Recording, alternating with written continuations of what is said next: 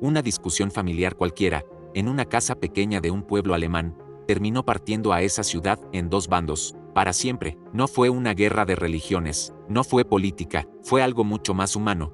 Dos hermanos que se odiaron lo suficiente como para convertir su odio en dos imperios globales. Imagina vivir en un pueblo donde tu lealtad a una marca de zapatillas decide con quién hablas, en qué bar entras, en qué lado del río compras el pan, Adidas o Puma, Tres Franjas o el felino. No era marketing, era tribalismo puro. Familias enteras definidas por una pelea que ni siquiera era suya. Esta no es solo la historia de dos marcas deportivas, es la autopsia de cómo un conflicto íntimo, mal gestionado, se convierte en arquitectura geopolítica de negocio. Dos hermanos, una fractura, un pueblo partido, y dos logos que hoy visten al planeta entero. Vamos a diseccionar la pelea que transformó un resentimiento doméstico en guerra corporativa global. En este video no vamos a hablar de zapatillas, vamos a hablar de poder, ego, lealtad y venganza. Te voy a mostrar cómo un error básico en el manejo del conflicto puede crear a tu peor enemigo, incluso si comparte tu apellido, y, sobre todo, cómo usar esa tensión a tu favor, sin destruir tu propio imperio. La versión infantil dice,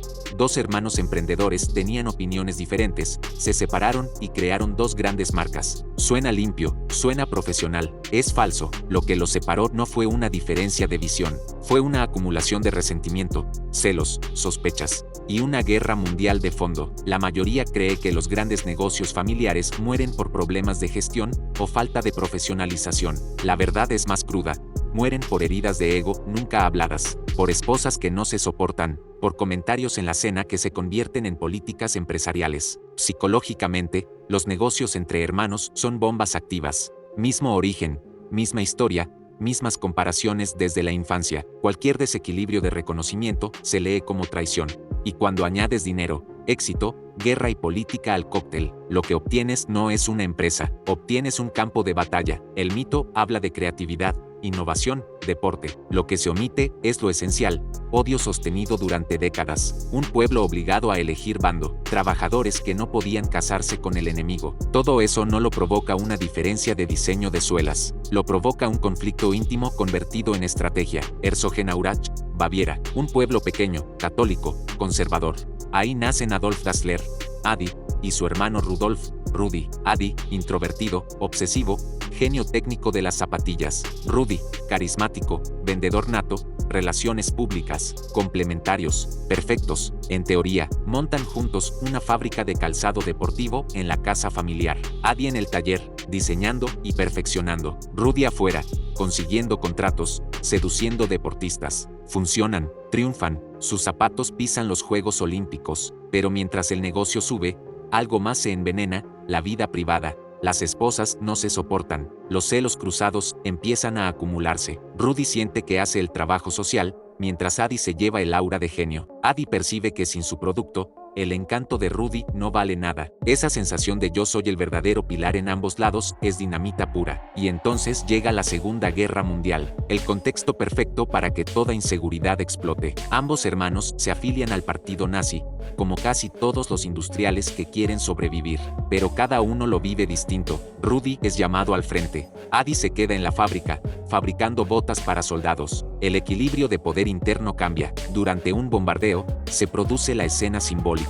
Rudy y su familia huyen hacia el refugio antiaéreo donde ya están Adi y los suyos. Al entrar, Rudy escucha a Adi decir, ahí vienen de nuevo esos bastardos. Rudy lo interpreta como un ataque hacia él y su familia. Puede haber sido un malentendido, pero en su mente, la guerra ya no era solo afuera, era adentro. La guerra termina, Alemania es ocupada, y aquí se da el punto de quiebre. Los estadounidenses, revisando colaboraciones nazis, arrestan a Rudy. Él está convencido de que Adi lo ha denunciado para quitárselo del medio. Hay indicios, sospechas, nada probado, pero cuando sientes que tu propio hermano te ha entregado a los enemigos, la confianza no se rompe, se pulveriza. Cuando Rudy sale, ya no hay familia, solo dos bandos. El taller común se parte. Adolf toma su apodo, Adi y su apellido Dassler y renombra la fábrica original Adidas. Rudy cruza el río, monta su propia planta y crea Ruda, que luego renombra Puma. A partir de ahí, todo se convierte en guerra abierta, no de balas, de contratos. Herzogenaurach se divide. Si trabajas en Adidas,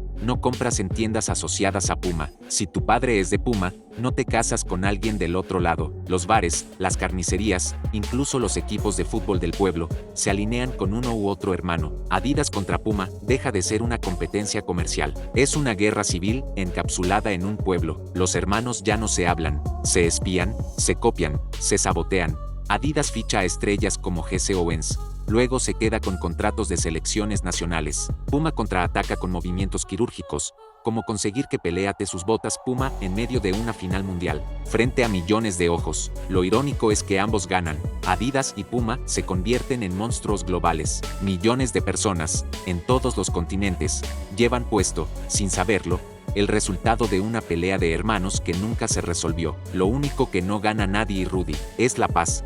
De esta guerra de hermanos salen 3 leyes que no se enseñan en escuelas de negocio. Ley 1. Los conflictos familiares no resueltos se convierten en estrategias empresariales destructivas. Si no limpias el veneno en la mesa del comedor, terminará filtrándose al consejo de administración. Ley 2. Nunca conviertas la competencia en guerra personal visible para tu ecosistema. En Herzogenaurach, el pueblo entero fue obligado a elegir bando. Eso generó lealtades intensas, sí, pero también resentimiento acumulado y costos sociales enormes. Cuando tu batalla interna contamina el entorno, creas daños colaterales que se vuelven incontrolables. Ley 3. El enemigo más peligroso es el que tú mismo fabricas. Rudy conocía cada fortaleza y cada debilidad del negocio que había construido con Adi. Cuando se fue, no empezó de cero, empezó desde dentro. Puma nació como un ataque quirúrgico, mismo know-how, mismo mercado, misma ciudad. Esa es la peor competencia, la que educaste tú. Traducción a tu realidad.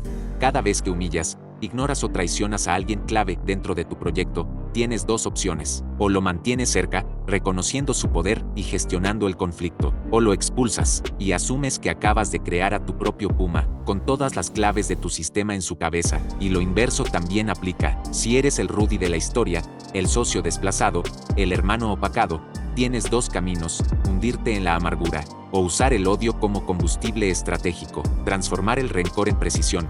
Mismo mercado, diferente ángulo, misma ciudad, otra bandera. Adidas y Puma no son solo marcas en tu armario, son recordatorios silenciosos de lo que pasa cuando el conflicto se deja pudrir. 2 hermanos que nunca hablaron a tiempo, obligaron a un pueblo entero a hablar por ellos, eligiendo su bando con los pies. Mírate alrededor. ¿Cuántas de tus tensiones actuales son, en el fondo, peleas de hermanos disfrazadas? Socios, familia, amigos convertidos en socios. ¿Estás construyendo un imperio o estás sembrando la guerra civil que acabará partiéndolo en 2? El 1% entiende algo que los demás ignoran.